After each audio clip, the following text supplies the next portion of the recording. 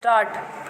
Being aggrieved by the said award of the Labour Court, the first respondent herein preferred a writ petition before a learned single judge of the Guwahati High Court, who, after hearing the parties, came to the conclusion that the finding of the Labour Court that there was extortion of documents by the workmen concerned was contrary to the charge sheet, which did not contain such an allegation. It came to the conclusion that allegation of extortion was an afterthought. It also accepted the defense of the workmen that they entered the estate only to obtain treatment of the injured workman who was assaulted by the manager of the estate. It also held that the Labour Court did not apply its mind to the vital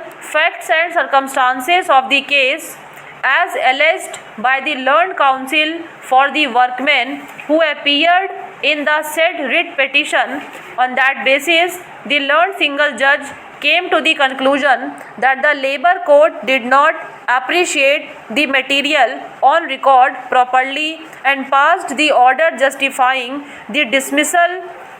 which is disproportionate to the offence alleged. It also held that the workmen who were tried before the criminal court were honourably acquitted by the criminal court, and the departmental inquiry held by the management was faulty. On the said basis, it set aside the award and directed the management to reinstate the surviving workmen who have not attained the age of superannuation with compensation of rupees 15,000 to each of them in lieu of back wages, and to pay compensation of rupees 30,000 to each of the workers who have superannuated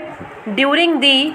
pendency of the proceedings, and to fix lump sum compensation in consultation with the petitioner, which shall be paid to the actual heir of the workmen who expired without getting any benefit. It directed the management to pay the said compensation within 6 weeks from the receipt of its judgment. Shri K.R. Chaudhary, learned senior counsel, addressing arguments on behalf of the appellant, contended that the Labour Court, having permitted the parties to adduce evidence in justification or otherwise of the finding of the domestic tribunal, and having recorded evidence in this regard, justly came to the conclusion that the management has established its case of misconduct against the workmen. He also contended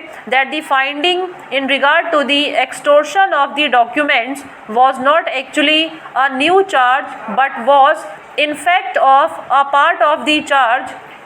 which referred to the wrongful confinement of the manager, and there being sufficient material before the Labour Court both in regard to the long and wrongful confinement of the manager and other officials of the estate, as also in regard to the forceful extortion of a document agreeing to pay 20% bonus, the Labour Court was justified in coming to the conclusion that the workmen were also guilty of the said charge of extortion, and the original charge as framed by the domestic inquiry, having clearly stated about the wrongful confinement of the manager of the estate.